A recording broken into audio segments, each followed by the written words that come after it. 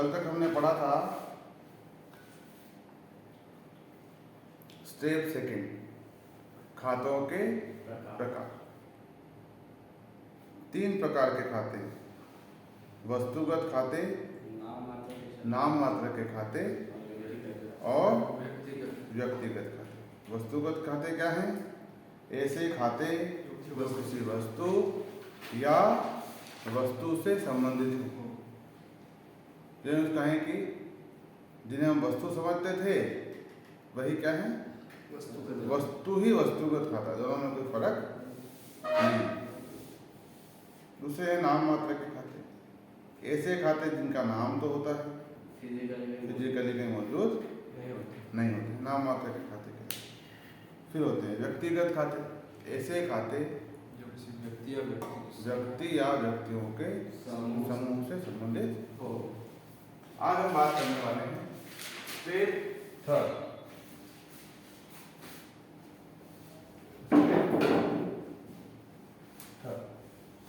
ये लेखांकन की अकाउंटिंग की तीसरी सीढ़ी।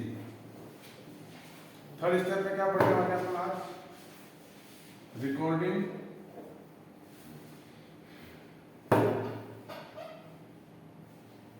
Of transactions.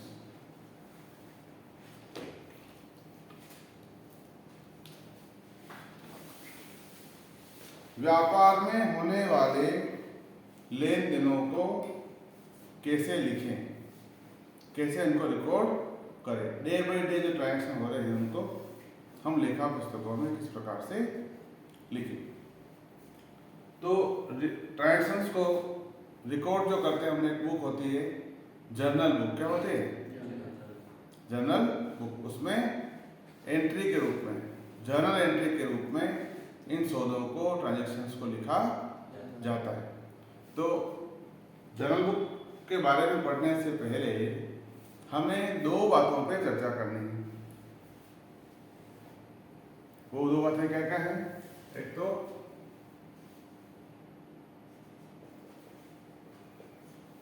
What to record. जब हम लेखा पुस्तकें बनाएंगे, जब हम अकाउंटिंग करेंगे, तो उसमें से ऐसा क्या है, ऐसी कौन सी घटनाएं हैं, ऐसे कौन से सौदे हैं जिनको लेखा पुस्तकों में लिखा जाना है, जिनको लिखना जरूरी है या जिनका हिसाब किताब रखा जाता है, उस पर बात करेंगे। उसको मैंने कहा व्हाट टू रिकॉर्ड, क्या लिखना है, किसको लिखना है। दूसरा है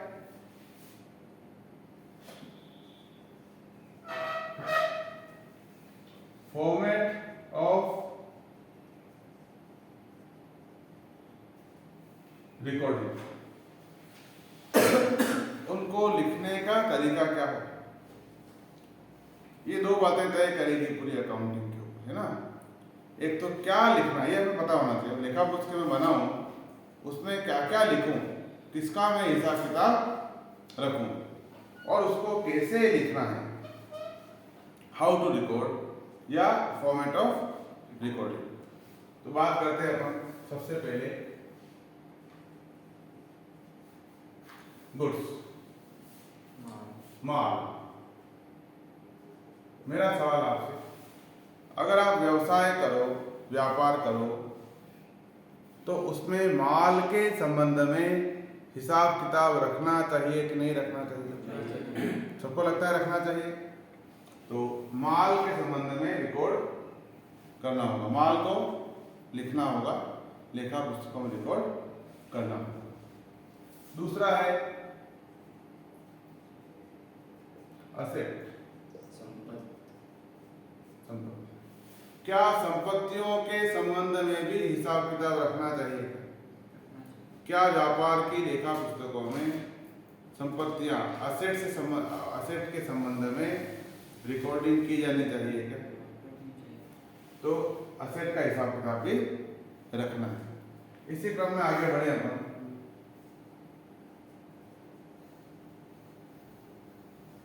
एक्सपेंसेस, खर्चे। क्या खर्चों का हिसाब किताब भी रखा जाना चाहिए? हाँ, खर्चों को लेखा पुस्तकों में लिखना चाहिए क्या?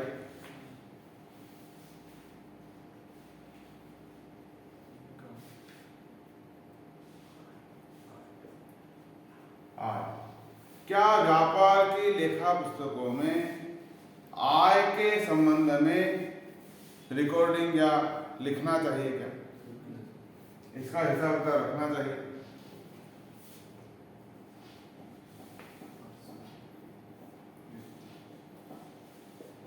क्या व्यक्तियों के संबंध में हिसाब रखना चाहिए? देखो, गुड्स, माल का हिसाब किताब क्यों रखना होगा? क्योंकि कितना माल खरीदा, कितना बेचा, कितना मेरे पास स्टॉक में पड़ा हुआ है, हिसाब रखना होगा। संपत्तियां, मेरे व्यापार में कितनी संपत्तियां हैं, उनका हिसाब रखना होगा। खर्चे होंगे, उनका हिसाब रखना होगा। इनकम जितनी भी होगी, उनका भी हिसाब रखना होगा। और व्यक्तियों के संबंध में लेखा पुस्तकों में लिखना होगा। व्यक्तियों को क्यों लिखना है? किस व्यक्ति से कितना पैसा लेना बाकी है, किसको कितना देना बाकी है, क्या किससे खरीदा, क्या बेचा, ऐसा अपने को पता होना चाहिए। ठीक है। इसके अलावा लेखा पुस्तकों में लिखने का कुछ भी नहीं बचता है। छोटे से छोटा व्यापार, व्यवसाय या बड़े से बड़ा व्यवसाय लेखा पुस्तकों के अंदर किसका हिसाब रखते हैं? केवल इन 5 बिंदुओं का, केवल 5 चीजों का यही लिखने लायक है। उसके अलावा लेखा पुस्तकों में कुछ भी नहीं लिखा जाता है। ठीक है। जो सब कुछ है इसी में आ जाएगा पूरा पूरा। अब बात करते हैं कैसे लिखें, फॉर्मेट ऑफ रिकॉर्डिंग, लिखने का तरीका क्या हो। तो गुड्स की बात करते हैं। तो गुड्स में क्या है? बोलते समय तो हम इसको गुड्स कहते हैं, GOODS, माल। लेकिन लेखा पुस्तकों में लिखते समय इस गुड्स शब्द का उपयोग नहीं किया जाता है। इसको नहीं लिखते अपने GOODS, इस फॉर्मेट में नहीं लिखते। तो फिर क्या करते हैं? इसकी जगह पे हम अलग अलग नामों को काम में लेते हैं। तो कैसे रिकॉर्ड करते हैं इसको?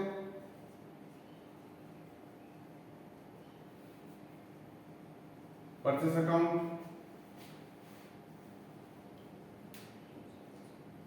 सेल्स अकाउंट,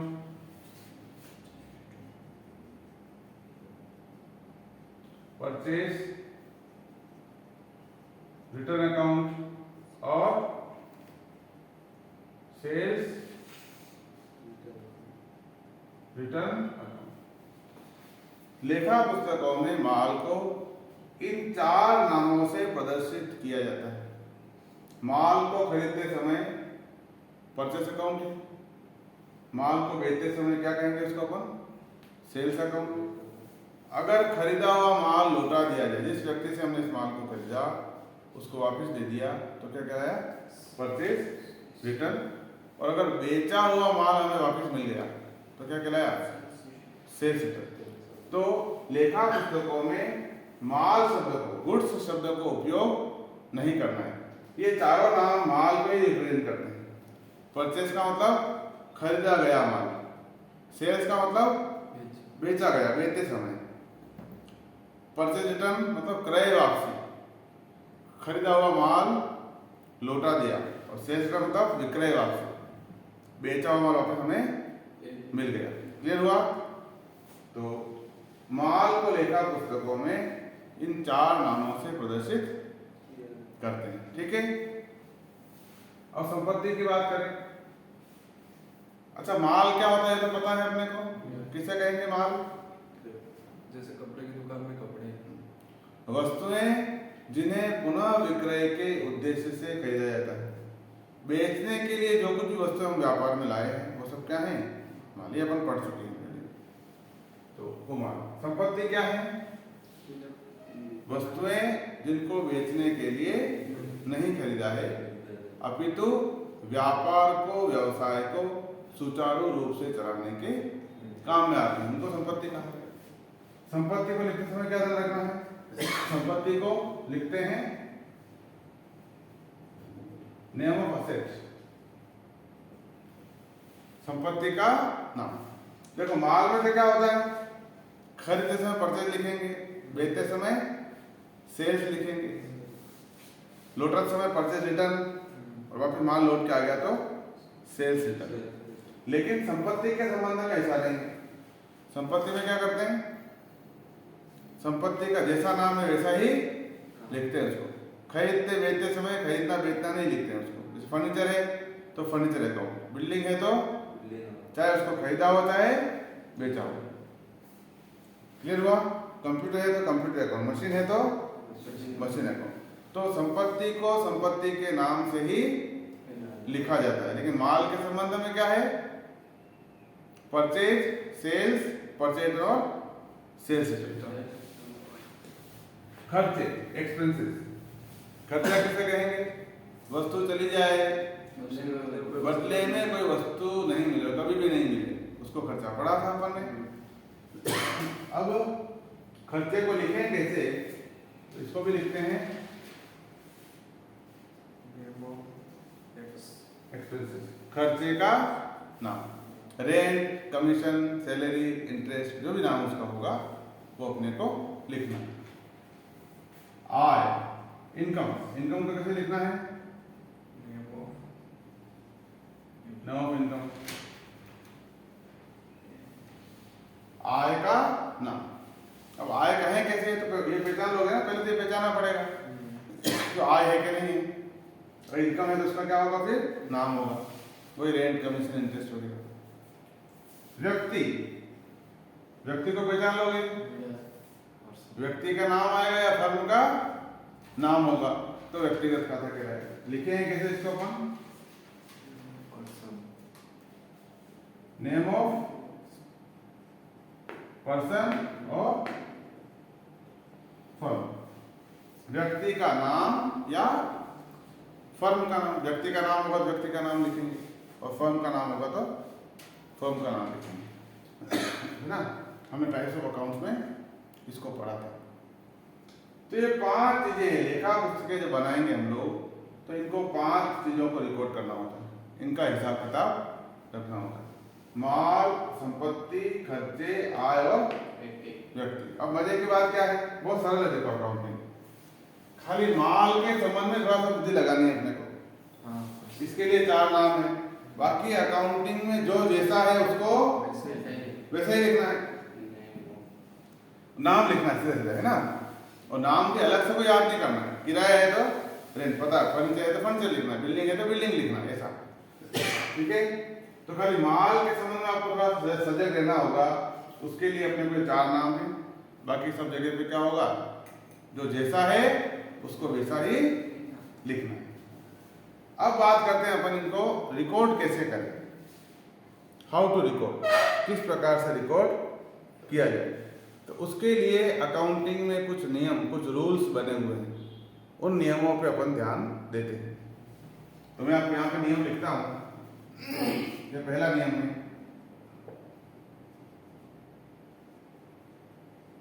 व्यवसाय में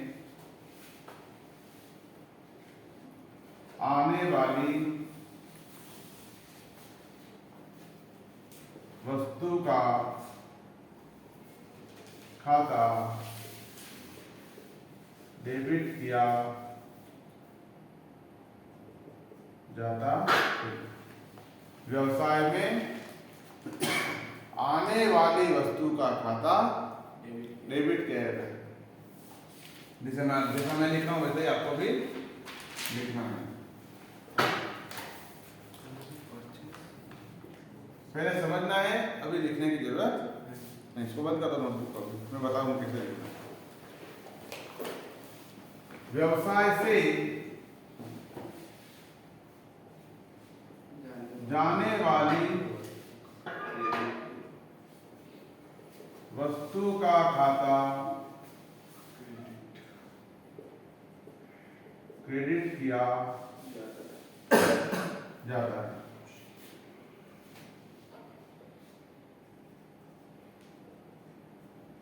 व्यवसाय के समस्त खर्चों तथा हानियों को डेबिट किया जाता है।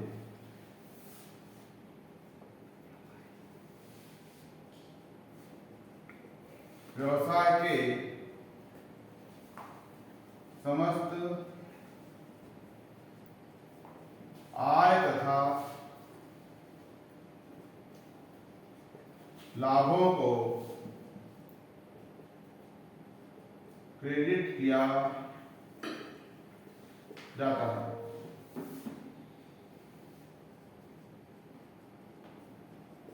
व्यवसाय के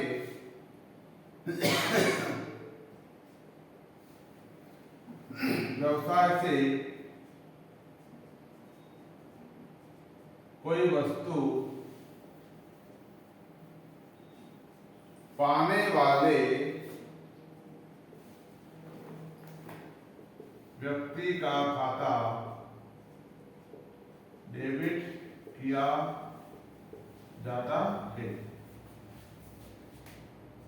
6 नंबर, व्यवसाय को कोई वस्तु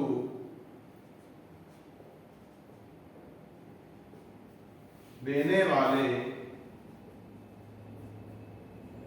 व्यक्ति का खाता क्रेडिट किया जाता है। ये 6 नियम हैं।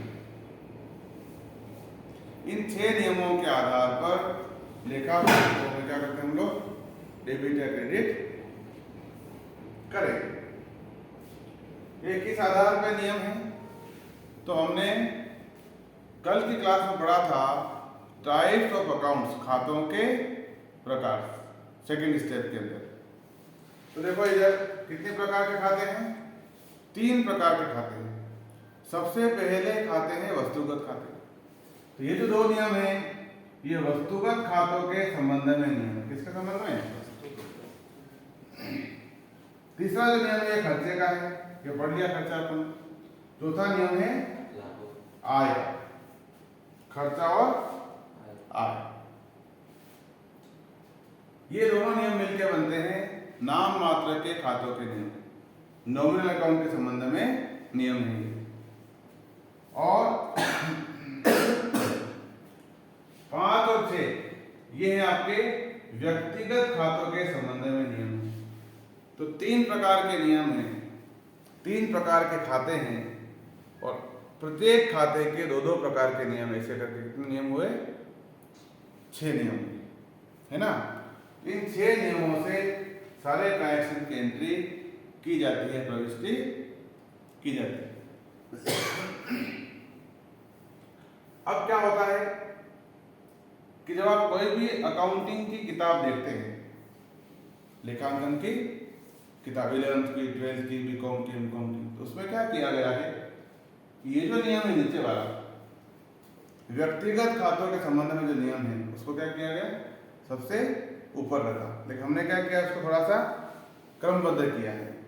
तो व्यक्तिगत खाते का नियम हमने कहा ले लिया, सबसे नीचे ले लिया। दूसरा कुछ बदलाव और किया हमने, सभी नियमों के साथ हमने शब्द जोड़ा व्यवसाय, क्योंकि हम जो लेन देन कर रहे हैं, जो सौदा कर रहे हैं, किसके लिए कर रहे हैं?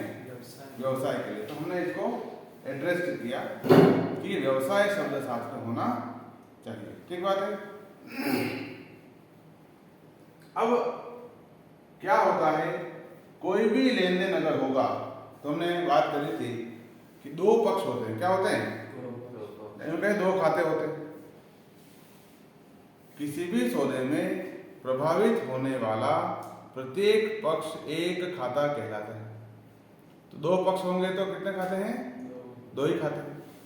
अब सौदे के अंदर खाते तो 2 हैं, लेकिन नियम मेरे पास में कितने हैं? 6 नियम हैं।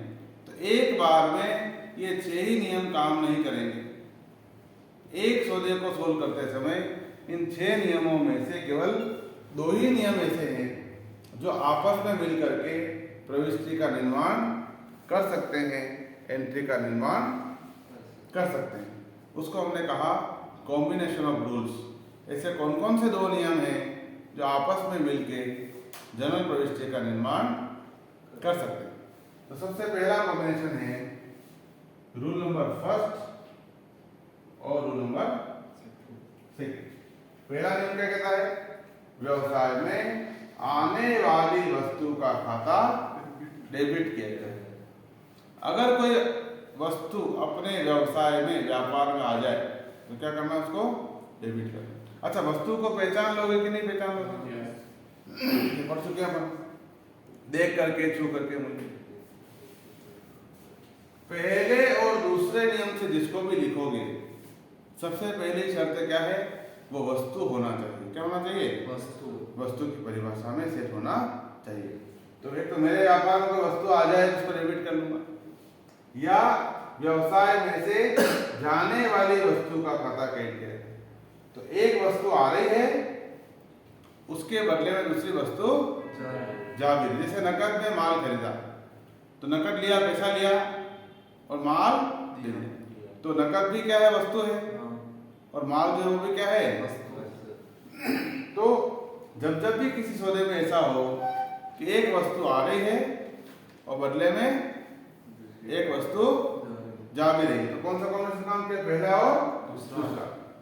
आगे बढ़े अपन। अगर किसी सौदे में ऐसा हो कि पहला नियम अप्लाई हो रहा है, क्या हो रहा है? इसका क्या मतलब हुआ? वस्तु व्यापार में आ रही है। पहला नियम कब लगेगा? जब वस्तु आएगी। जब कोई वस्तु व्यापार में आएगी तो पहला नियम काम करेगा। तो पहला नियम लगा किस कंडीशन में? वस्तु व्यापार में आई। लेकिन उस समय दूसरा नियम अप्लाई नहीं हो रहा है। क्यों नहीं हो रहा है? क्योंकि व्यापार में से कोई वस्तु जा नहीं रही। तो क्या हुआ? वस्तु व्यापार में आई तो है, लेकिन बदले में वस्तु, तो दूसरा नियम नहीं लगा। अगर पहला नियम लगा, दूसरा नियम नहीं लगा, तो पहले के साथ में कभी भी तीसरा नियम काम नहीं कर सकता है। क्यों नहीं कर सकता है? क्योंकि तीसरा नियम जो है किसका है? खर्चे का है। और खर्चा होने के लिए क्या जरूरी है? वस्तु का जाना जरूरी। पढ़ा था अपन। खर्चा कब होगा? जब वस्तु जाएगी। कोई वस्तु चली जाए तो क्या होगा? तो खर्चा। तो खर्चा होने के लिए पहली शर्त है वस्तु व्यापार से जानी चाहिए। अब यहाँ पे क्या हो रहा है? वस्तु आ रही है, जा तो नहीं रही। पहले नियम से क्या हो रहा है? वस्तु आ रही है। वस्तु जाने के लिए कौन सा नियम है? दूसरा नियम है। अगर वस्तु व्यापार में से जा नहीं रही है तो खर्चा कभी भी नहीं हो सकता। मतलब पहले नियम के साथ में कभी भी तीसरा नियम काम नहीं करेगा। लेकिन चौथा कर सकता है। चौथा किसके लिए? व्यवसाय के समस्त आय तथा लाभों को क्रेडिट किया जाए। तो आय किसे कहते हैं? वस्तु मिल जाए, बदले में कोई वस्तु देनी नहीं पड़े। तो इनकम को होती है। इनकम होने के लिए वस्तु का आना जरूरी। अगर ये वस्तु व्यापार में आ रही है तो क्या हो सकती है? वो अपने व्यापार की इनकम हो सकती है, आय हो सकती है। तो पहले के साथ कौन सा नियम लग सकता है? फोर्थ नियम। चौथा नियम कब लगेगा? वस्तु आ रही है लेकिन बदले में, उसके बदले में वस्तु नहीं जा रही है, कभी भी नहीं देनी पड़ेगी। तो चौथा। अगर चौथा नियम भी नहीं लगे तो कौन सा लग सकता है? देखो, अगर व्यापार में कोई वस्तु आई है, या तो मेरे व्यापार की इनकम होगी। इनकम कब? जब वस्तु आ गई, बदले में कोई वस्तु देनी ही नहीं पड़ेगी। लेकिन अगर वो इनकम नहीं है, मतलब वस्तु आ रही है, तो आसमान से नहीं टपकेगी। कोई न कोई व्यक्ति, व्यवसाय को कोई वस्तु देने वाले व्यक्ति का खाता क्रेडिट किया जाए। वस्तु आएगी तो कोई न कोई व्यक्ति देने वाला जरूर होगा। वस्तु आ रही है तो कौन होगा? मेरे व्यापार को वस्तु आई तो कहां से आएगी? कोई व्यक्ति ही देगा। व्यक्ति में कौन कौन आएगा? फर्म का नाम भी हो सकता है, व्यक्ति का नाम भी हो सकता है। तो पहले के साथ कौन कौन सा नियम लगा? चौथा या छठा। तो पहले के साथ में कभी भी तीसरा और पांचवा नियम नहीं लग सकता। कौन कौन सा रहेगा पहले के साथ में? चौथा या छठा नियम। अगला कॉम्बिनेशन देखो। अगर किसी सौदे में पहला नियम अप्लाई नहीं हो रहा है। क्या मतलब हुआ इसका? कोई वस्तु आ नहीं रही। आ नहीं रही। पहला नियम अप्लाई नहीं होने का क्या मतलब हुआ? वस्तु आ नहीं रही। व्यापार में कोई भी वस्तु, व्यवसाय में कोई वस्तु आ नहीं रही है। लेकिन दूसरा नियम अप्लाई हुआ। क्या मतलब हुआ इसका? वस्तु जा रही है। वस्तु, व्यापार में से वस्तु जा रही है। क्या हो रहा है? जा रही है। अगर वस्तु व्यापार में जा रही तो क्या हो सकता है? वो खर्चे की संभावना। तो खर्चा होने के लिए क्या जरूरी है? वस्तु का जाना जरूरी है। तो दूसरे के साथ कौन कौन सा नहीं लग सकता है? तीसरा। लेकिन अब चौथा नहीं लग सकता, क्योंकि आय होने के लिए वस्तु का आना जरूरी। वस्तु आई नहीं है तो आय नहीं हो सकती। तो इसके साथ लग सकता है पांचवा। अगर व्यापार में से कोई वस्तु गई है, या तो खर्चा होगा, खर्चा नहीं होगा तो हमने उस वस्तु को किसी व्यक्ति को दिया, सड़क में नहीं फेंका होगा, किसी व्यक्ति को दिया होगा। तो व्यवसाय से कोई वस्तु पाने वाले व्यक्ति का खाता डेबिट किया जाए। वस्तु जा रही है, किसी न किसी व्यक्ति को प्राप्त हुई है ना। अब देखो चौथा कॉम्बिनेशन। पहला नियम नहीं लगा। क्या मतलब हुआ इसका? पहला कोई वस्तु नहीं आ रही है। नहीं आ रही है। पहला नियम नहीं लगा मतलब वस्तु नहीं आ रही। दूसरा नियम भी नहीं लगा, वस्तु जा नहीं रही है। जा भी नहीं रही। न तो कोई वस्तु आई है, न कोई वस्तु गई है। तो क्या तीसरा नियम लग सकता है? क्या खर्चा होने के लिए वस्तु का जाना जरूरी, वस्तु नहीं जाएगी तो खर्चा भी नहीं हो सकता। चौथा नियम भी नहीं लग सकता है। इनकम होने के लिए आना जरूरी है वस्तु का। पांचवा छठा नियम भी नहीं लग सकता है।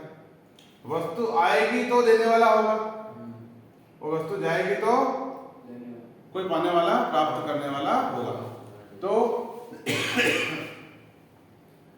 इसीलिए मैंने कहा था वस्तु जो है अकाउंटिंग का मूल सिद्धांत है। बिना वस्तुगत खाते के कोई सौदा संभव नहीं है। यहाँ से एक नया सूत्र और बना अपने पास में। दुनिया के प्रत्येक सौदे में कम से कम एक वस्तुगत खाते का इन्वॉल्वमेंट होना बहुत जरूरी है। ये देखो, इसका पूर्ण बहुमत है। ये वस्तुगत खाता ऐसा है जो एंट्री का निर्माण कर सकता है, सरकार बना सकता है, इसको किसी गलत नहीं है। ये चार नियम आपस में मिलकर भी कुछ भी नहीं कर सकते बिना इस वस्तु के सपोर्ट के। देखो ये तो कम से कम एक कॉमन खाता, प्रत्येक सौदे में एक खाता तो कौन सा होगा? वस्तु हो गई होगा। ठीक है ना। और हमने बात करी यहाँ पे, तो आने और जाने का जो काम है कौन करता है? वस्तु ही आएगी, वस्तु ही जाएगी, उसके बदले कोई आता जाता नहीं। तो अकाउंटिंग क्या है? Reflection of movement of things. वस्तुओं के आने और जाने का प्रभाव है पूरा अकाउंटिंग। वस्तुओं के आने और जाने के जो प्रभाव है, वो प्रभाव खर्चा हो सकता है, प्रभाव इनकम हो सकती है, वो असेट्स हो सकता है, वो गुड्स हो सकता है, वो डेटर से क्रेडिटर हो सकता है, वो व्यक्ति व्यापारी हो सकता है। तो वस्तु के आने जाने से प्रभाव पड़ रहा है। वस्तु आई तो क्या हो गया? आय, इनकम हो गई, या फिर उनको देने वाला हो गया। वस्तु गई तो खर्चा हो गया। इस प्रकार से बिना वस्तुगत खाते के कुछ भी संभव नहीं। तो कहने का मतलब ये है कि अगर पहला दूसरा नियम नहीं लगेगा, इसका मतलब उस सौदे को व्यापार व्यवसाय में रिकॉर्ड नहीं कर सकते, सौदा ही नहीं हुआ इसका मतलब। क्लियर? कोई भी सौदा होने के लिए वस्तु का आना या जाना जरूरी। क्लियर हुआ? अब इन नियमों से हम क्या करेंगे कि कैसे सौदों को रिकॉर्ड करें, किस प्रकार से हम लेन देनों को रिकॉर्ड करेंगे। तो हम कुछ एग्जाम्पल्स, कुछ उदाहरण से इसको हम समझने का प्रयास करते हैं। ठीक है? हाँ, एक बार इसको लिख लो।